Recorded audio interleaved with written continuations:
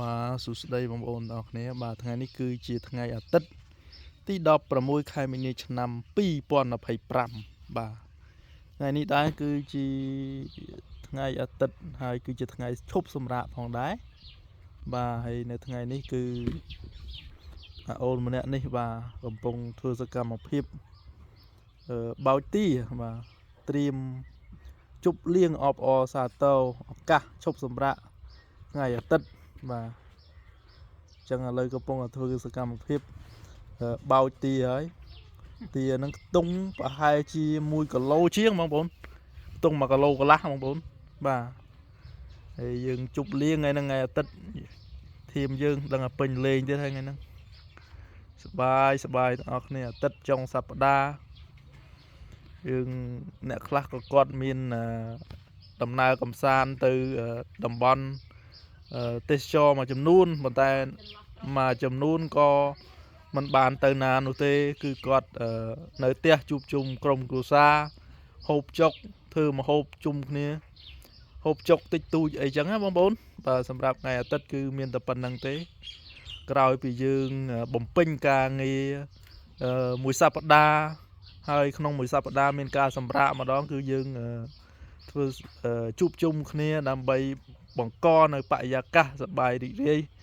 នៅក្នុងថ្ងៃអាទិត្យចុងសប្តាហ៍បាទហើយជីវិតរបស់យើងគឺមានតែប៉ុណ្្នឹងបងប្អូនបាទយើងពេលធ្វើការគឺយើងធ្វើការទៅហើយពេលសម្រាកគឺយើងមានតែជួបជុំផឹកស៊ីតិចតួចបាទកុំផឹកច្រើនបាទបងប្អូនដឹងហើយថាយើងផឹកច្រើនគឺមិនល្អទេសម្រាប់សុខភាពរបស់យើងក៏ដូចជាកាលណាដែលយើងផឹកច្រើនធ្វើឲ្យយើងឈឺហើយលុយកាក់ក៏យើងអស់ទៅតាមនឹងដែររីឯចំណូលរបស់យើងគឺតិចហើយកាលណាយើងឈឺទៀត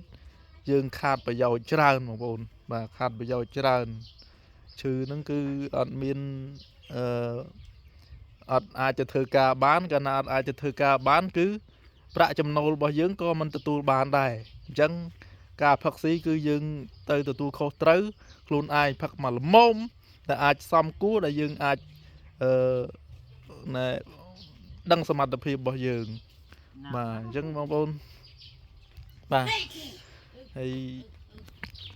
មានតែប៉ុណ្្នឹងទេឥឡូវមិនដឹងថាអូនម្នាក់ហ្នឹងបោចនោះយកទៅធ្វើស្អីទេឆាក្តៅឬក៏យក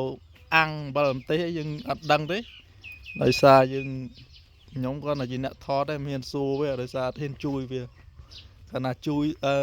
សួរវាទៅវាជួនកាលអាចត្រូវបំណងរបស់វាយើងនេះមិនបានជួយទេបងន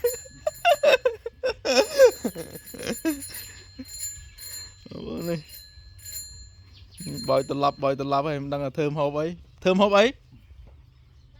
អេអូនធ្វើម្ហូបអីអាំងអីគេហ៎អាំងអីវិញប្រឡាក់គ្រឿងប្រឡាក់គ្រឿងហើយយកមកអាំងអាំងអាហ្នឹងអាំងបើម្ទេសហ៎ប្រឡាក់មួយបើម្ទេសប្រេងខ្យងហ្នឹងហី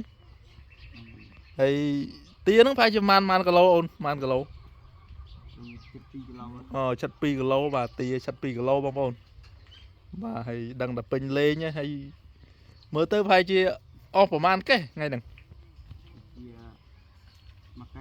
មួយកេះជាងហីហើយគ្នាប្រហែលជាប៉ុន្មានអ្នកគ្នា3 4 5នាក់មួយកេះជាង3 4 5នាក់ល្មមបងប្អូនល្មមប៉ុណ្ណឹងហ្នឹងហើយផឹកកុំបើកបើបើកបកុំបើកបុកចឹងមានតែគាត់ប៉ុណ្ណឹងទេបងមានតែសារផ្ដាំផ្ញើទៅបងប្អូនដែលផឹកស៊ីណាបើកបកុំបើកបហើយយើងផឹកស្វឹងហើយយើងកុំបើកបហើយកាលណាបើកបកុំបើកបុកមានតែប៉ុណ្ណឹងបើកបុកបាទនេះទាស្រែបងទាស្រែនេះទាច្រើនណាបងប្អូននេះសិតតែទាបងប្អូននេះបាទអានឹងជីវិតអ្នកស្រែក៏មានតែប៉ុណ្ណឹងបងប្អូនចិញ្ចឹមទាចិញ្ចឹមមាន់អីចឹងទៅដើម្បីជាគេហៅថាមុខរបរបន្តបន្សំនៅក្នុងផ្ទះបងប្អូនអញ្ចឹងហ្នឹងហើយកាលណាយើងមិនចិញ្ចឹមយើងអត់មានអីស៊ីអត់មានអីចឹងណាទិញគេចឹង ในธรรมดาการติงเกบ่เกคือវាត្រូវចំណាយលុយហើយចំណាយលុយវាអត់ល្អសម្រាប់សុខភាពយើងទៀតមិនដឹងសាច់ហ្នឹងវាប្រើជាតិគីមីអីខ្លះប៉ុន្តែបើសិនយើងចិញ្ចឹមខ្លួនរបស់យើងគឺថាគេធម្មជាតិសុទ្ធសាធតែម្ដងបាទល្អមែនតើ